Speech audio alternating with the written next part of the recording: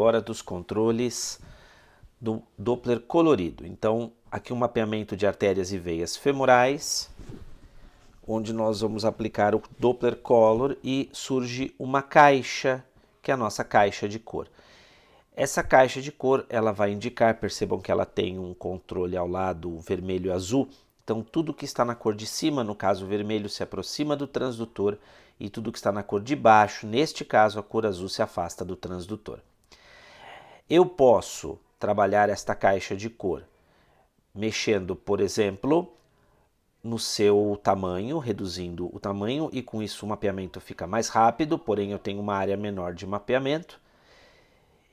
E eu consigo mexer na sua posição. O inverso também é verdade. Eu aumento a caixa, eu mapeio uma área maior, porém a imagem fica mais lenta. Essa caixa também pode ser angulada para a esquerda e para a direita, conforme a necessidade que é direcionada pelo eixo do meu vaso, como foi falado em aula teórica. Então aqui vamos trabalhar com o eixo ideal para esta artéria femoral superficial. O próximo controle é a escala de velocidades, ou PRF. Percebam ao lado que tem uma escala de cores que está marcando ali 10 e 10. Então, eu vou mexer nessa escala, eu vou subir essa escala, e à medida que eu subo nessa escala, eu vou mudando o ponto da escala de velocidades, e com isso eu consigo mapear velocidades mais altas, sem a presença daquele aliasing. Então, velocidades mais altas, eu preciso de escalas de velocidades mais altas. Percebam que a veia sumiu, porque a veia tem baixas velocidades. Então, quando eu reduzir o meu PRF, quando eu reduzir a minha escala de velocidades, a veia voltará a aparecer como agora neste momento em que vimos um pouco de fluxo venoso. Um comando que vocês não conhecem é que o próprio Doppler colorido tem também uma linha de base. Então eu consigo jogar a linha de base para cima, e aqui eu vou mapear apenas em tons de vermelho e amarelo, eu suprimo o azul, e o contrário também é verdade. Existem poucas aplicações para isso, mas só para vocês saberem que eu também consigo mexer na linha de base aqui toda em azul e agora voltando para o centro. Então eu mexo na linha de base do Doppler pulsado, mas também mexo na linha de base do Doppler colorido. Agora vamos falar da acumulação. Acumulação é um comando que poucos de vocês sabem e ele pode mudar de nome conforme o equipamento. Eu consigo escolher o tempo que eu seguro a cor na tela. Então aqui eu tenho 0.2, meio segundo, eu consigo 1 segundo, dependendo do aparelho 1 segundo e meio, e até mesmo acumulação infinita, onde a cor não sai da tela mesmo que eu mexa a minha mão.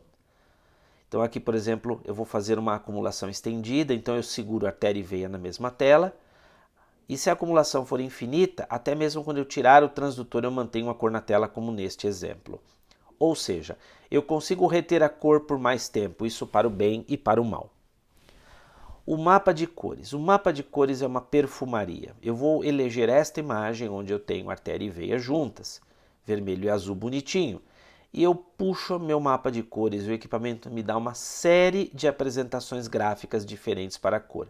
Então vejam, V0, V1, V2, não existe padronização, isso muda de aparelho para aparelho, mas eu vou trabalhar com tons que variam de vermelho, rosa, azul, azulado, anil, roxo, em alguns aparelhos tem violeta, tem rosa, amarelo, verde, isso varia de aparelho para aparelho e tem até alguns mapas que simulam o Power Doppler.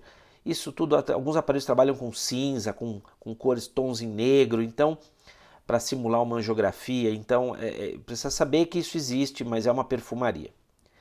Um comando importantíssimo é a inversão. Então vejam, eu estou aqui com uma imagem da artéria e da veia em vermelho e azul, e quando eu aperto o botão de inversão, eu inverto estas cores e também inverto a caixa ao lado.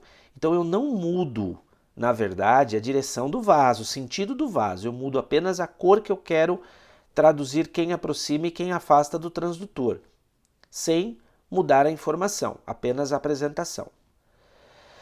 A frequência é um comando que tem uma importância muito grande também no Doppler colorido. Então vejam, aqui se eu trabalho com uma frequência muito alta, aqui no caso 6.3 MHz, eu não consigo mapear a veia femoral. Quando eu baixo para 3 MHz como agora, percebam que a veia mapeia, ela pinta e bastante. Então Quando eu tenho uma estrutura vascular mais profunda, uma coxa mais grossa, um paciente demasiado, eu preciso baixar a minha frequência, como eu fiz agora, e eu consigo mapear melhor a minha estrutura venosa. E quando eu tenho uma estrutura muito superficial, eu aumento a minha frequência. Por fim, a compressão. Compressão não é a compressão com o transdutor, mas sim o quanto eu consigo diferenciar tons mais claros e mais escuros na minha paleta de cores. Então percebam que à medida que eu mudo a compressão, eu tenho uma paleta de cores e eu consigo diferenciar velocidades maiores ou menores dessa minha escala conforme eu mexo na compressão do mapa. Nada mais é do que um mecanismo gráfico de apresentação com filtros. Muito bem. Após esta explicação sobre as apresentações com cores, existe um outro comando importante que os senhores desconhecem, que é a prioridade. Prioridade do colorido sobre o modo B ou do modo B sobre o colorido. Então eu vou congelar uma imagem e percebam que eu estou com a prioridade alta, então eu tenho alguma cor que sobrepassa a parede do vaso. Por exemplo, aqui. Então eu vou diminuir a prioridade e com isso eu vou descascar o excesso de cor, ou seja, eu digo para o equipamento, eu quero que o modo B seja mais importante que o colorido. Isso existe um ponto ideal que tem que ser observado caso a caso, porque se eu exagero, eu descasco demais a cor, podendo retirá-la totalmente. Então agora vamos voltar a dar prioridade ao colorido. Esse é um conceito muito interessante que quando os senhores aprendem, ele realmente melhora a apresentação visual. Alguns equipamentos têm o ganho ativo, ou seja, mesmo com a imagem congelada eu consigo mexer no ganho, como se eu estivesse fazendo o exame em tempo real. Não são todos os equipamentos que têm esse recurso, é necessário que tenha dados brutos ou DICOM para aquisição das imagens. Além destes recursos de ganho, existe a supressão do flash. Então, alguns equipamentos trabalham com um tipo de filtro que permite suprimir esse artefato que vocês veem, essas cintilâncias que vocês veem fora do vaso, que é o flash.